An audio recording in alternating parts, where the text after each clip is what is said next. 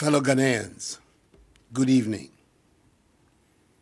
Today is the 15th time since the virus came to our country some 5 months ago that I've come to provide you with the status of our coordinated efforts to defeat COVID-19. I must thank you again for welcoming me into your homes. And I must repeat how proud I am to be your president in these difficult times. I appeal to all of us to continue in our individual and collective efforts to help contain the spread of the virus in our country. We've been through several phases of the fight against the pandemic. We've put in place restrictions to our everyday lives, indeed, some of which still remain, and we've gradually moved to restoring normalcy in some aspects of our lives. Over the last few weeks, the cap on the number of persons going to church and mosque has been lifted, albeit with strict social distancing. Our final year students in university, senior and junior high schools have returned to school to write their final examinations. And the Electoral Commission has just completed the successful compilation of a voters' register ahead of the conduct of the 2020 general elections in December. On behalf of the people of Ghana, I congratulate warmly the chairperson of the Electoral Commission, Mrs. Jean Mensah, her two deputies, Dr. Eric Asare Bosman and Mr. Samuel Tete, and the entire Commission for the efficient, safe, transparent nature of the registration exercise, where for the first time in our nation's history, Ghanaians were provided with daily updates of the numbers of eligible voters registered, together with specific age, gender, regional breakdowns, and breakdowns of identity documents. All eligible voters were given the unfettered opportunity to register, a process that was fully embraced by the mass of the citizenry. Of course, there were genuine and understandable concerns about conducting such a complex exercise involving millions of citizens at this time. But at the end of the day, Ghanaians did their civic duty by going out to register, having found that the process was overwhelmingly orderly, peaceful, and safe. However, there were those who expressed various degrees of hysteria and negativity towards the exercise, with some who saw heaven and earth to resist the compilation of the register at the peril of their lives, ending up registering. There were also those who offered delicate personal sacrifices in the event of the register, again, ending up registering.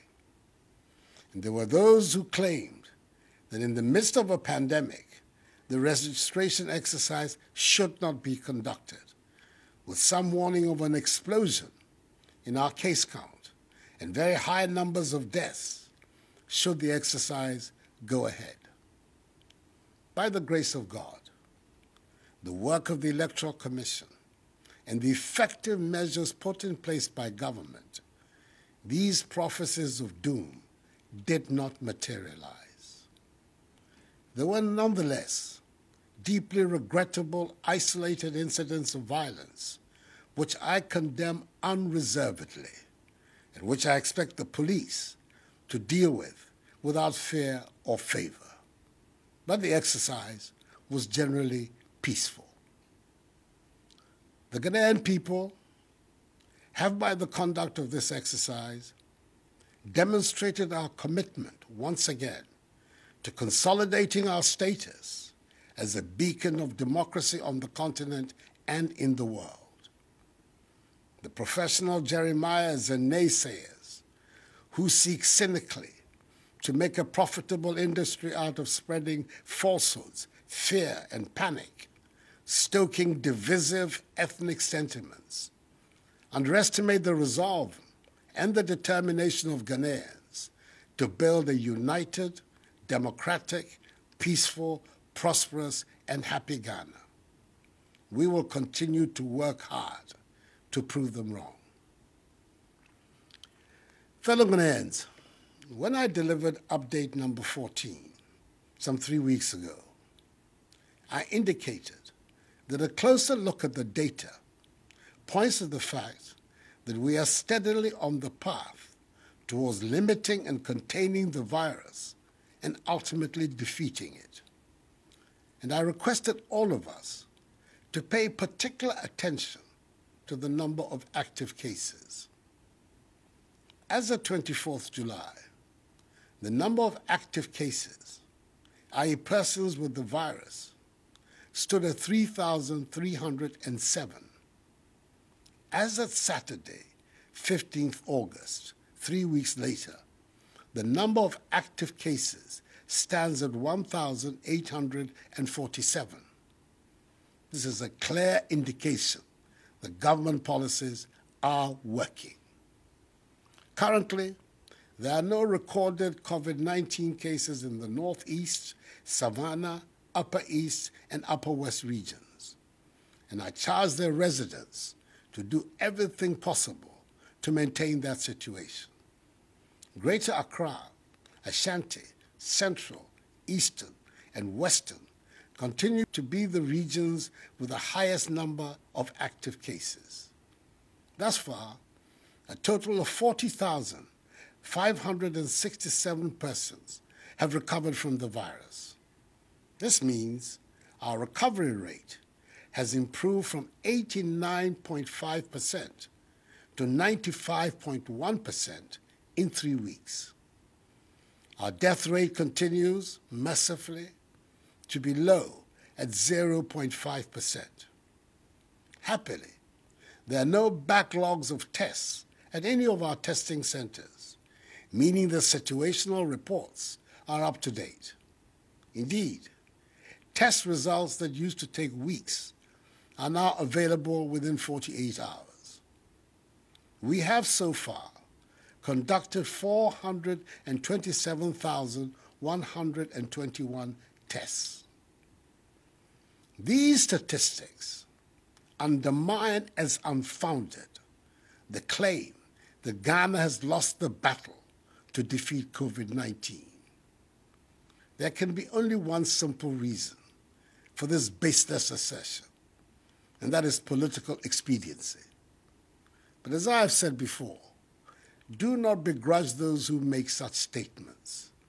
They need to make them to continue to try to stay relevant. Our health workers will forever be in our debt for the dedication they have put in to ensure these impressive statistics. We can help them even further by continuing to adhere to the social distancing and hygiene protocols we have instituted to stem the tide of infections. I've been encouraged by the results of a recent survey conducted by the Ghana Health Service into the use of face masks at selected locations in Accra in the month of August. It revealed that the overall intention to use face masks at the sites surveyed was very high, with 82% of persons surveyed possessing a mask. I believe we can do even more and better and reach 100%. However, the same survey demonstrated that only 44.3% of those who have the mask use them correctly. I urge each and every one of us to wear our masks and do so correctly anytime we leave our homes. It is the new normal requirement of our daily existence until the virus disappears. Our phased approach towards returning our lives to normal through the strategic, controlled, progressive, and safe easing of restrictions will thus continue. Most final year university students have already completed their examinations, and by 18 September, SHS3 and JHS3 students would have finished their respective final examinations of WACC and BECE. As a result of reports I have recently received that some final year JHS students were going hungry in complying with COVID-19 protocols, I've just instructed the Minister for Gender, Children and Social Protection to begin preparations to ensure that as from 24th August up to 18 September, all 584,000 final year JHS students and 146,000 staff, both in public and private schools, be given one hot meal a day.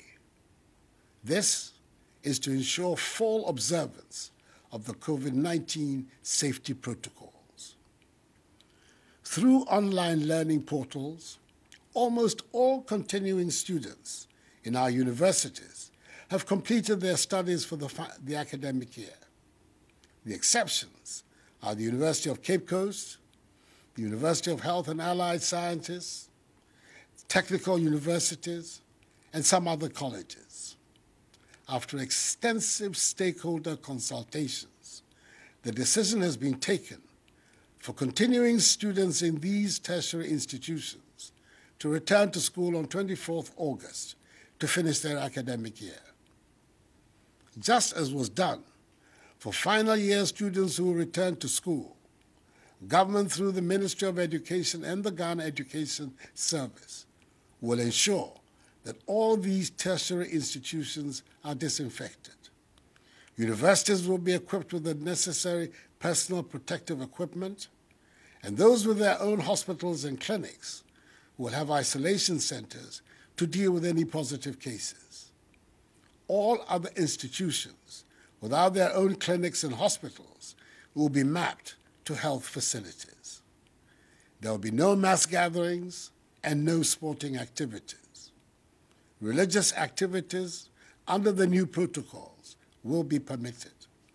Social distancing and the wearing of face masks must become the norm on campus.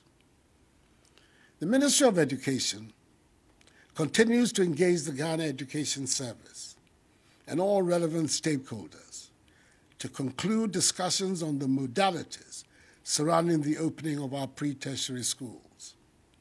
I will communicate in due course the decisions that will be reached from these consultations.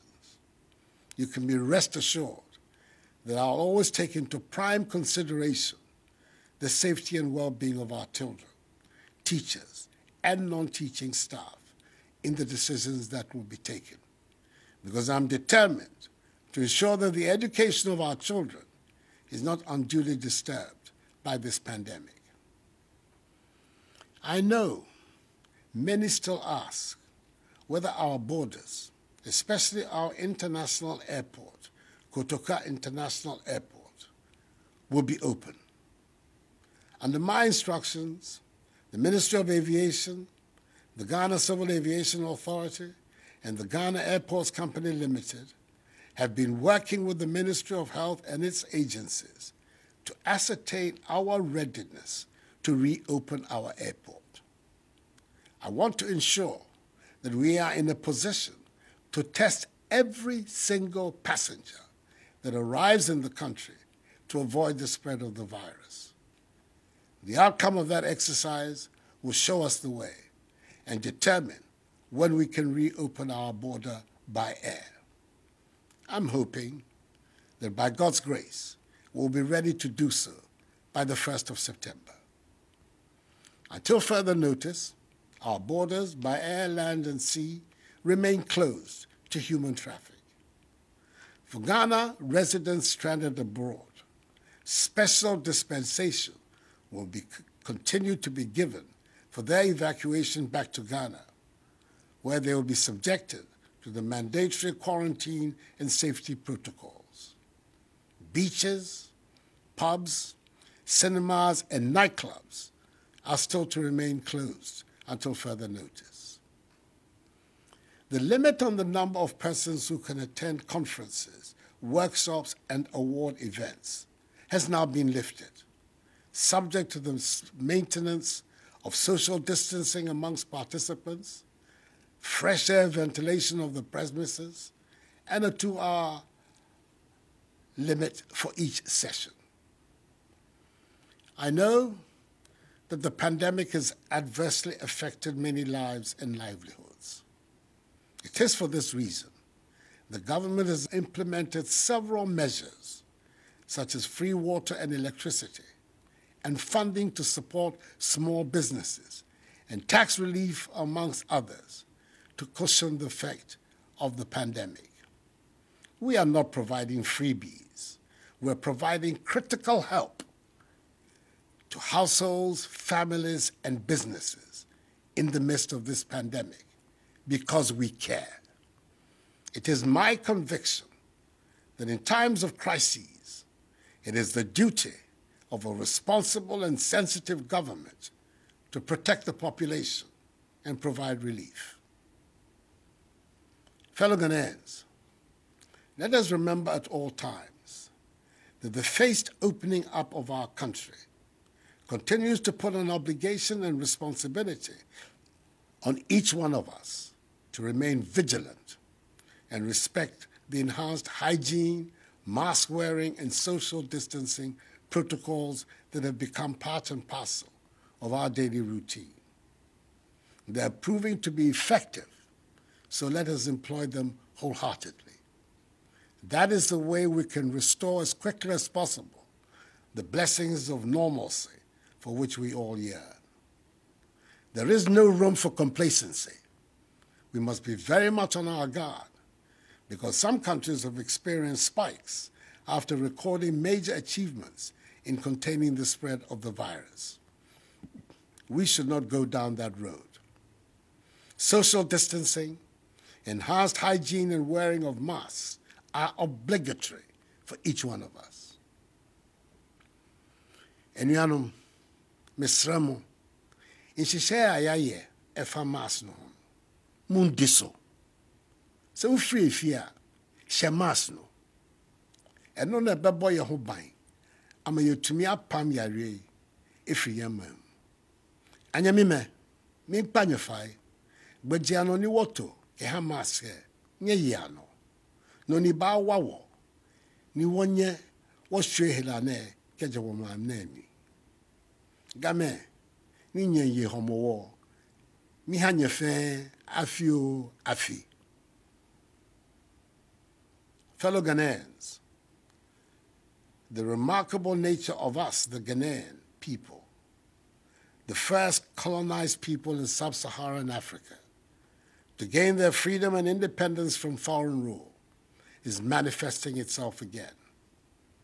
In the midst of the pandemic, we've been able to compile a voters' register, arguably the most credible voter register in our history.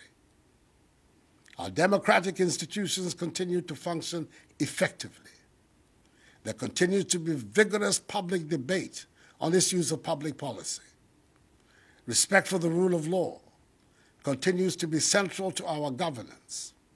Our economy, despite the severe shocks of the pandemic, is proving to be resilient and is poised for rapid recovery. Our agriculture is performing so that despite the disruptions of the pandemic, food is still abundant in our markets, and the virus itself is being fought systematically. Indeed, a stronger, healthier Ghana is being built before our very eyes, and the great majority of Ghanaians can see it.